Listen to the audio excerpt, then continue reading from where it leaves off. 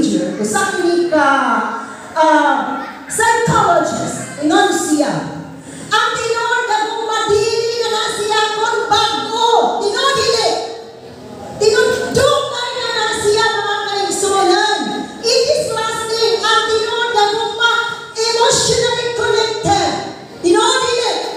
Kung na kay pagbati sa usa-usa, tinuod ka na nga gugma. Ang tinuod nga gugma accessible. Ang tinuod nga gugma responsive. Ang tinuod nga gugma engage with the Lord. Kumusta ang atong pag-engage sa Ginoo? Every now and then, we are dying by God's love. Tinuod dili. Tinuod, patay ka mga kaigsunan. Nga naman, wala pa nato mahatapit hustisya ang tinuod nga gugma sa Diyos. Alam ka Ginoo? Ikalawa, tulak, engage sa atong mga kaigsunan. Unuan. Yun sa manapagin na kaigsunan. Kung ba ang Ginoo kayo mo? Isa, pre. Alis. Yun sa mga kaigsunan. Ayan na. Black at black. Kaya ko ba gana? Ang black.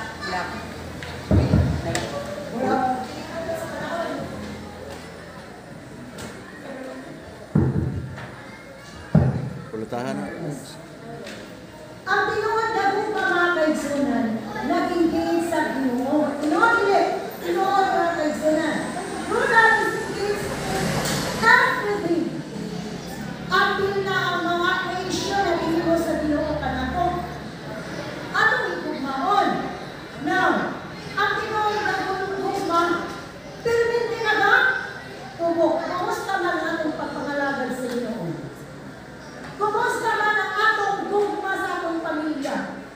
Is that growing or is it dying?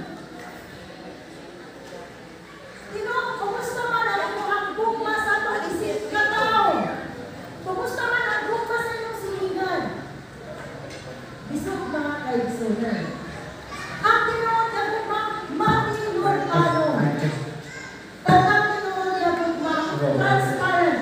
Pag really na transparent ka nga kaigsunan, wala tunay gitagok. Wala tunay gitagok kung tinuod na gugma, transparent. And it is applicable for us as a Seventh-day Adventist. Nga naman, kung saan man itong pag-transform, nga dili pamanta qualified sa ato ang dogma. Roman 3:6. Nagingon niya, Roman 3:6 o no 3:6. Kung sa'yo gingon, wali ni Brother Lane gabi.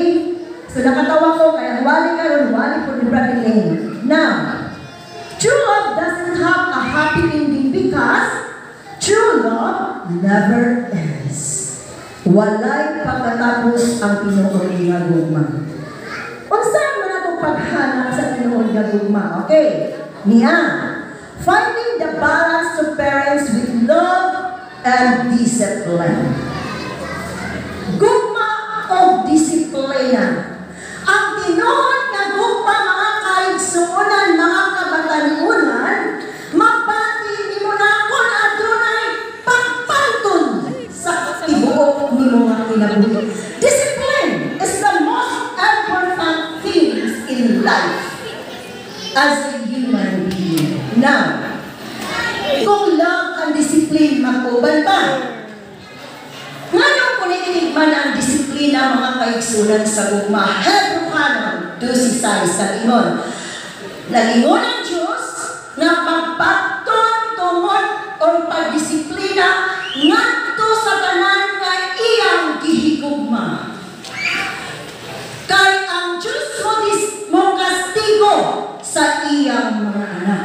So kinahanglan jud mga kaigsunan, kung naigugma ka sa Ginoo, magsakripisyo ta. Pag-worship every morning and every night. We are doing that? Yes, because we sacrifice our soul. We sacrifice our mind. And we sacrifice our heart. Unsa man yung pagigugma nga sulti-sulti lang, yes, I love you, Lord. with all my heart, with all my soul, and with all my mind. Pero wala na akong buhata. Lisod ba ang pagdayeg sa Ginoo? Every now and then, magpasalamat ang mga kaigsunan sa akong buhay nga Diyos.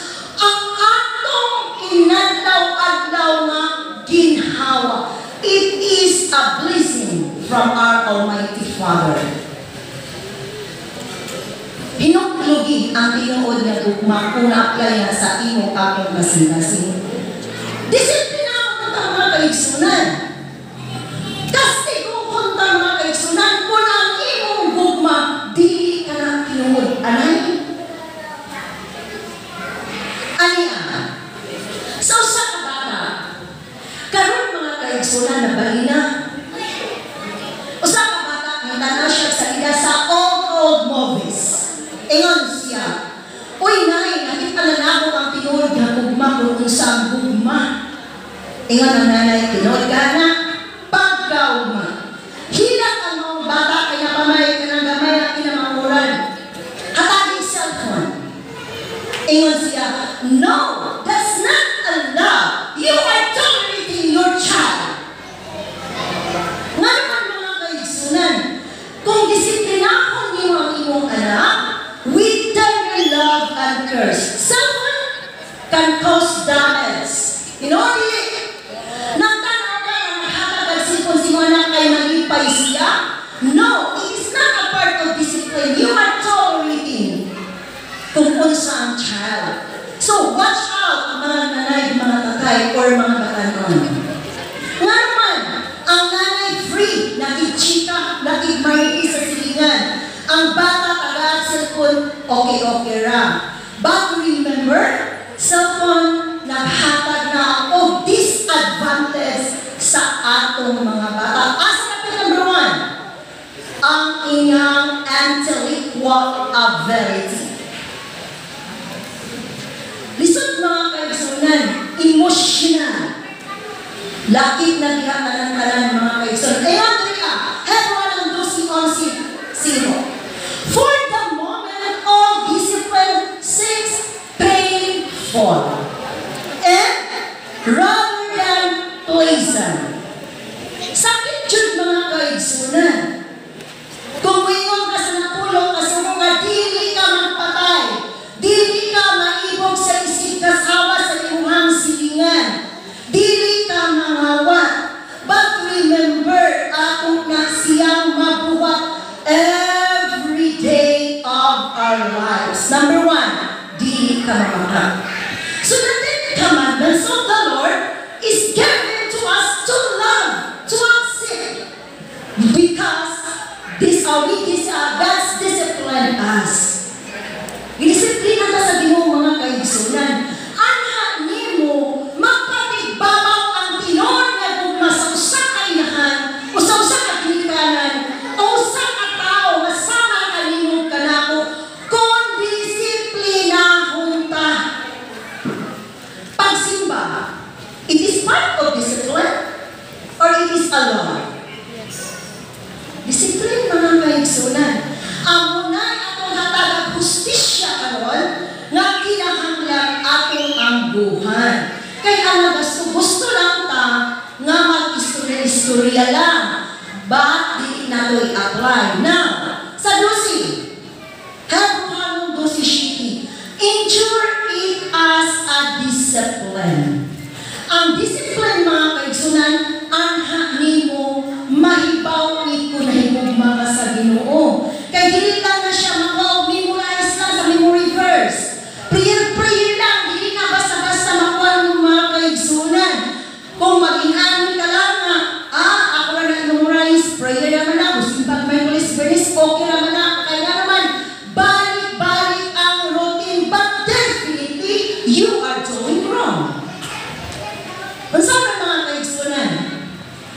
Ang disiplina o gugma kinahanglan na og hardship or spiritual conditioning that comes in the form of testing and suffering. Sacrifice. Di ba? Pag-worship, pagsimba, sakripisyo. Manang ayaw mo katingala karon, nagdugay ka kay, ay, dugay, talas 12.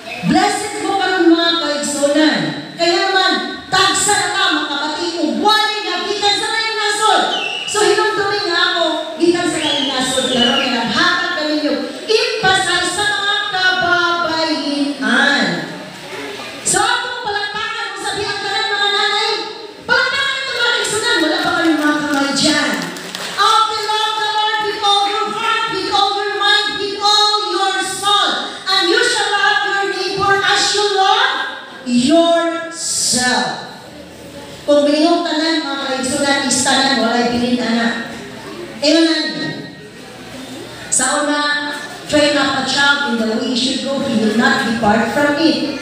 Ingon natin mga igsoon, bunalan ta, kasakitan ta, kaya naman, gihigog mata sa ato ang mga ginikanan. Gipasakitan po ta kung kay gihigog mata sa Diyos. Di ba? Tanawa karon. LOD. Lack of discipline. Mga batanon, mga anak, mga nanay, mga tatay, walay exempted ani appeal sad ko. Nganuman, sutihan mo karon ang mga anak, mag-advise ka, sampung-sampungan ka lang o talina mga kaigsunan, kanta-kantahan ka lang, o niya, istoryahan ka, dili mamati sa imuha ang mga bata, o niya, ang mga bata po, kinakitakan sa mga ginikanan, na iunana sa sundog-sundogon san, nagmaritis ang mga ginikanan, sundog-sundogon san, iunana nga ang panahon karon. Napoy bata, wala maminaw. Istoryan, wala maminaw. Kunya napoy bata, istoryan mo, mutabi kong lang naman. Lack of discipline. As we grow up as a Seventh-day Adventist, we are full of discipline. Nga naman mga kaigsunan, ngayon animan, hapit na ang Ginoo mo ba? Tinood, muabot ang gugma sa kadaghanan nga dili na gyud mo simba. Nga naman, wala na'y gana. And this is also the practice. What's ang nila disiplina? Discipline is choosing between what you want now and what you want most in the future. Kung disiplina ka din karon mga kaigsunan na ay gugma sa Ginoo sa imuha, pag-abot sa langit ko niya puloy-anan, you are fully perfect in the eyes of God. Di ba katama kayo, amen? Kung ikaw makaadto sa langit, nga naa ang pagdisiplina kaninyo. Dili lang mga kaigsunan. And remember that kita ang mga Adventista, we are the organized church and well-disciplined church throughout the churches in the world. Among the churches in the world. Tinood mga kaigsunan, sa health nga ata, nga naman, nadilita mo inamog ko, but definitely mga Adventista sad to say, inamog ko. Ang atong kinapugi, wala pa ka disiplina. Sa yun lang yung I love you, Lord, but we are lack of discipline. Igaling na ganahan mo simbaw Merkulis, igaling na ganahan mo simbaw Bernis, napaw na Sabado, we are lack of discipline. Kung ako pa ang Ginoo mga kaigsunan, wala tayong mga batasan. So na ba yung mga batasan, mga katos namin? Wala rin. Perfect ang mga katos sa ilan. Hinamdami. If you are transformed by God's love, remember the 3C. The first one is clarity. Unsa man ang mga kaigsunan? Clear, limpyo, potli. Limpyo ta sa atubangan sa Ginoo sa ato ang pagpangalangad sa ato ang kaugalingon. Dili ni magmatter sa pamilya, dili ni magmatter sa unsa nga siktas sa simbahan, but sa ato ang kaugalingon. Unsa Ginoo ni mag-almagayna? Self-love and false love. Naaman ko tayo self-love. Ato lang gusto mamahimo. And ikaduha, clarity ta, clear ta sa atong pagpangalagad as a Seventh-day Adventist, as a God-chosen people. So we are proud to be a Seventh-day Adventist. Tinood dili, if sayang lang ang paghatag sa imo kinabuhi nga mga ginhawa kada adlaw, and it is priceless. Ipabayad ba ka? Wala. Okay, puli-puli. And you are free to do everything. Either right or wrong, you are free.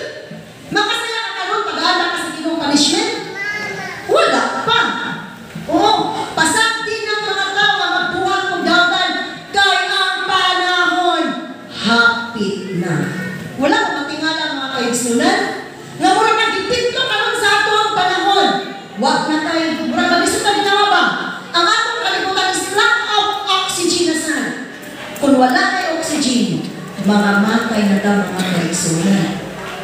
And then, consistency. Mayroon tayong consistency. Ayaw pag bugnaw-bugnaw, init-init o bugnaw-bugnaw kay igasuka. Kung mintin ka mga kaigsunan na nahigugma sa Ginoo, gikan sa pagbautismo kanimo, gikan pa sa tagwakan sa iminan, hangtod sa iyang pagbalik, wala joy palta mga kaigsunan. Consistency and clarity. Na, kung wala ng duwa mga kaigsunan nimo mabuhat, the last C is consequences.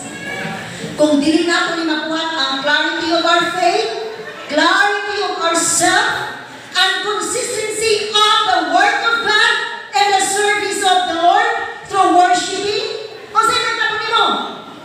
Consequences. Nga naman, naigugma ang ganiyong Ginoo sa inyo na, dili ta mapanton o dili ka tagano, listen to learn. Alisin pa ta, wala ka, kung naghihinaklong na mga kaigsunan. Na ako yung brother, sa diyak siya sa Saudi Arabia mga kaigsunan, midako ang iyang basta. Kanang iya na anak. Pagdako mga kaigsunan, promise siya, I will serve the Lord when I'm home. But now mga kaigsunan, sige nagampo, ipaampo paapil ang Hope Channel nagampo. Karoy kay naadyo naman. Wala jud makatuod og simbahan mga kaigsunan. So remember gani, natay mga unpardonable sin. Dili tanan nagtawag sa Ginoo adto sa langit. Dili ko tanan nga mga yung pasayo-pasayo sa Ginoo. Kung wala ta disiplina ha mga kaigsunan, karon panlamdaan ato nang matanag hustisya ang true love. Clarity and consistency of our faith is the most important things to do para walay consequences na makaadto ta sa impyerno. Unsa man atong goal nga nganong simba man ta? Unsa man? Romans 3:3. Among all, faith, and hope, love is the greatest among all. Gugma jud mga kaigsunan. So karon nasabtan na nato kuno sa tinood nga gugma. Kinahanglan na ay disiplina. Na kita mga na ang una makarisyo mga kaigsunan kung naay mga daghan nga mga trahedya, ang tao nga wala joy sa man has nothing. Ano po puri ba? Kung naisunog, kung may mga problema sa panimalay, kanadyo konti mo na nga tao ang dali makatabang kaysa taas o rango mga kaigsunan. Love na anak niya. Now, ayun siya din niya sa 1 John 14. Kini ang tinuod niya gugma. Dili lang kay kita ang una na igugma sa Ginoo, kundi siya ang una nga nahigugma kanato. Kay iyang yata na niya, bugto ka lang sa pagsakripisyo kanimo o kanako sa pagtubo sa atong mga sala. Kung nato una-unaon mga kaigsunan, pwede na ito ng Jesus Christ na dili siya mag-suffer. Nga naman, powerful na si Jesus Christ. Pwede itong kanaon po niya itong mga tao. Pero iyang ipakita sa ato nga good example para po atong subayon. Iyong anak mga kaigsunan, sa may ipangimo ni Jesus Christ dinian. Danghan, milagro, musimba, sa adlaw nga ipapahulay, o mutindog o mubasa, daghan mga kaigsunan. Unsa pa man? Tungod ka na igugma man ang Ginoo sa ato, suklian po na ito o gugma. Kanang na ay disiplina. So, nga naman madali man ta maka-judge sa tao mga kaigsunan. Adunay usa ka istorya nasa sulod sa iglesia, mga babae. Samtang sa nag-istorya ingon ang babae. Ang ako lagi brother, sige nagkabalik-balik sa hospital, sister.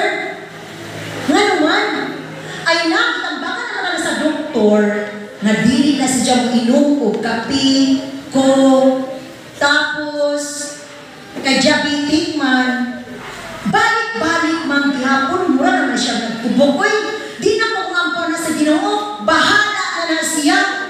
Agoy, ang isa mga kaigsoon ka Japanese, mayon nga. Sister, ato naman ang iampo siya kay basin pa dahil maluwas na siya pinaagi sa atong pag-ampo.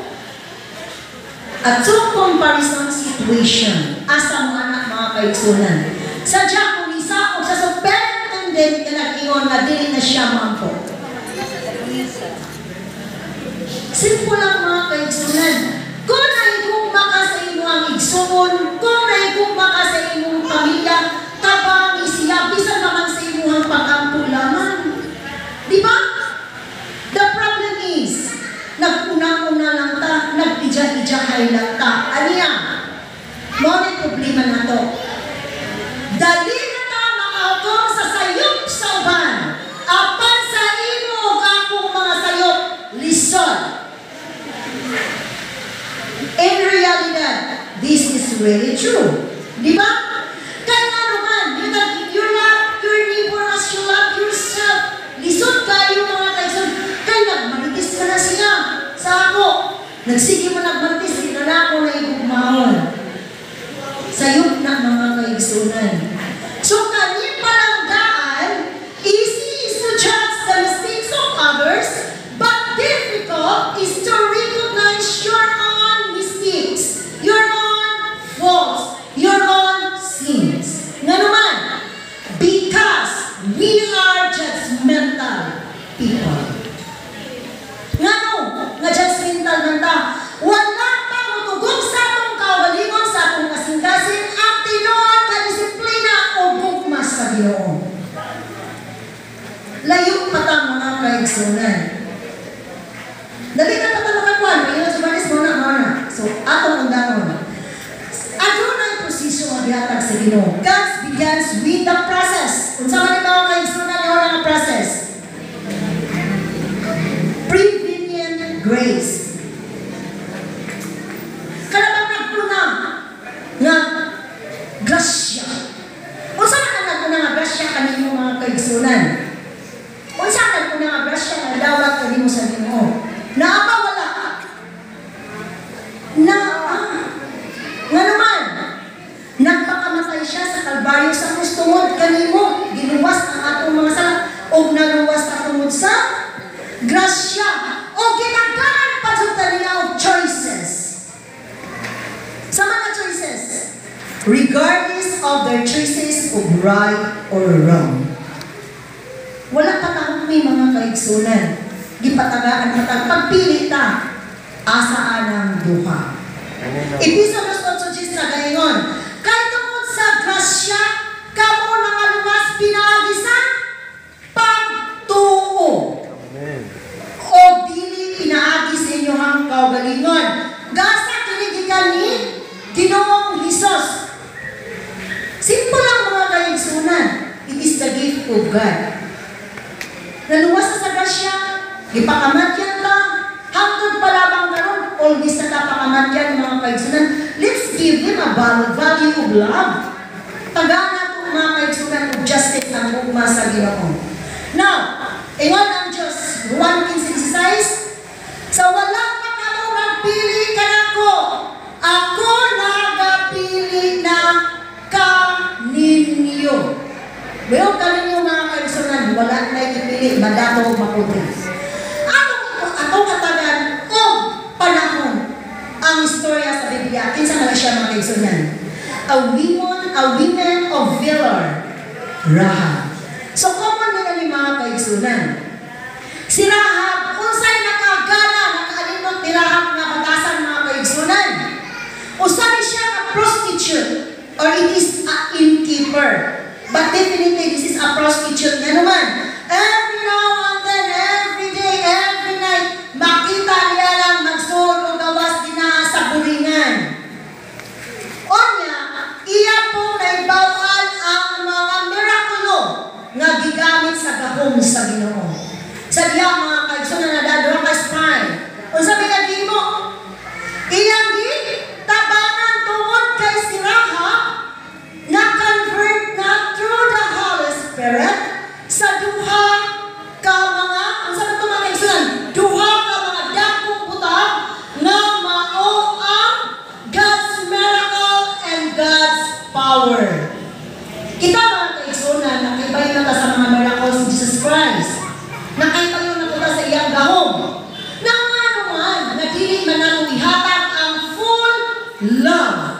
ngadto sa Ginoo. Simple lang ba mga kaigsunan? Dili on.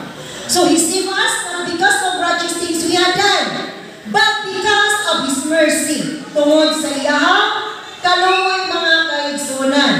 Kaning God's grace. Asa man nato ni makuha ang grasya sa Ginoo? Unsaon man nato ipagkuha mga kaigsunan? Simple. Love and discipline yourself. O niya, bubuan kita sa Holy Spirit kay wala kay may mga kaigsunan kung wala ang balaang Espiritu. Kung naghimutag maayo, bubuan ka sa balaang Espiritu. Kung dili po ka maghimog maayo, kung datang imong gusto, biyaan ka sa balaan ng Espiritu. So it's a gingon ni Rahab. Joshua 2:12. The Lord your God is God in heaven and above, and on the earth below. Unsa man nakalainan sa Ginoo ni Rahab o Ginoo nato karon? Naaba wala. Wala mga kaigsunan. Ang Ginoo sa una o Ginoo karon o Ginoo sa hangtod katulan, maura na. Let's focus on Him. Ang problema nato, we are focused on our own destiny, on our own journey. Wala nato hatagig panahon o value ang gugma sa Ginoo. And sulod sa iglesia, sulod o outside in the church, mga nanay, mga tatay, ingon ani patagin sa Session Center Church, nga natay pinalabi, natay mga pinili, na hinumdum ko mga kaigsunan, ng sa kaigsunan, nila nga, dilit ng pasakol ka mga professional ni. At tulang undog napita sa mga dili professional. Lisod, may Espiritu, mga kaigsunan. Ibo mo ba ang Holy Spirit, anak, kanimo kung nakay pinalabi? Wala, mga kaigsunan, dili dyan na may tabo. I-entertain na to ang atong mga kananay, ang atong mga katatay, ang atong mga kaigsunan na kanang maalam sa natin mga kaigsunan. Dili kay katulang mga presentable people, well-known people, honorable people. How about sa katong mga pobre lang dyan? Be fair to love. Dili lang kay ato alam aton pagpupri kani mga kaigsunan. Ay, nila ayaw na pagkadulito kay hugaw na 30 na sila mga langga. Ang imong bata kay sosyal na mga kaigsunan. Wala niyong disiplina ang imong anak sa tinud-anay lang mga kaigsunan. Tudloy siya. Pagpakig hugoy-hugoy, pagkig kumbuya, kuno sa tinuod nga gugma nga ihatag nimo ngadto kanila. Parihata mga kaigsunan, matod pa, parihata malibang pututani, dili kay gold. Usan sa gingon, whoever comes to my He must live as Jesus did. Magkinabuhita mga kaigsunan na sama ni Ginoong Hesus. Dili ta makajudge sa mga kadyo-kadyon. Ingon nani, kinsa kahay nga nag-ampo karon sa ako nga nagwali ko karon? Kana nag-ampo ba? Nga tagaan ko maayo nga words of wisdom or Holy Spirit nga mag-guide. Wala. Mga kaigsunan, you are not value the discipline and love of God. Nga naman, kasagalan mo tungtong diniya sa intablado sa pulpito, ang mga sa inyong huna-huna, balik-balik naman na, it is very common to love God, to love everyone. It is very common sa itong mga kaigsunan, manawaita. Dili-dali maghatag sa inyong mga mensahe. Pero ang gihang-gihang sa Ginoo, ang gugma sa iligsuon, ang gugma sa Ginoo, nga na ang dako nga disiplina kanimo kanako. Hapit na alas 12 mga kaigsunan, ngayon na gigutom nako. Remember, nga dili ta mabusog sa pagkaon naman. Kung nasa imo ang kinabuhi nga Kristohanon, ang kinabuhi nga gihatag sa Ginoo nga example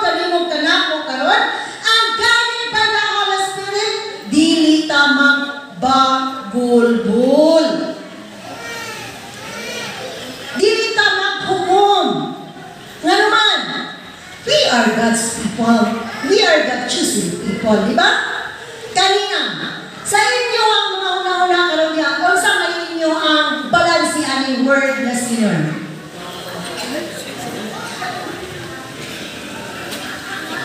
Perfect na ba ta? May mga naman tama, we are all sinners. Ang Ginoo makapasayo lang. Are you sure? In what way that you're surely nagipasay mo ka mo sa Ginoo. Gipasay mo ta sa Ginoo. But you are not doing good. Reflection and each and every one of us. So ano mga kaigsunan?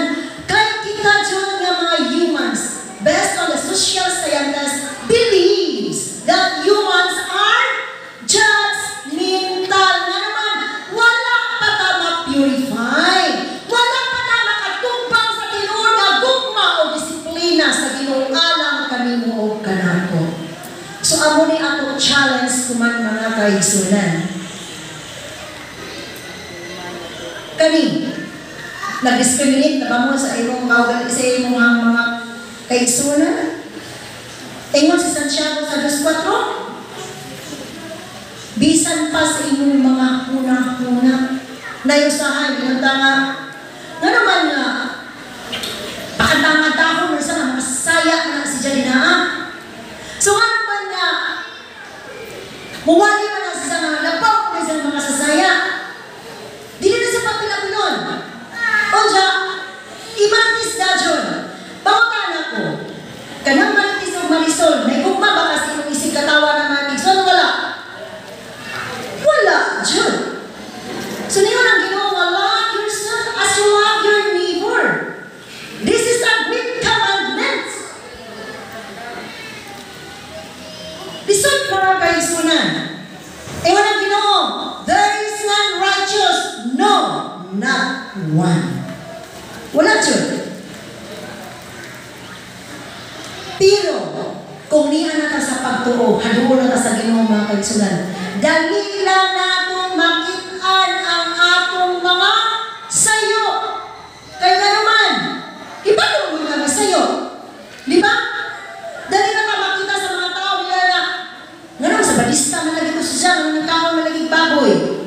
Nga naman sa balista man siya, bibisko man lagi. Because we are closer to Jesus. We are clarifying. We are very clear. And we have also the consistency of being a Seventh-day Adventist. In words, but not in action. Na naman, we are always going back. We are always going wrong. So simplify. Love must be the prevailing element in all our work. Klaro mga kaigsunan, sa tanan ang gugma may nagpadako.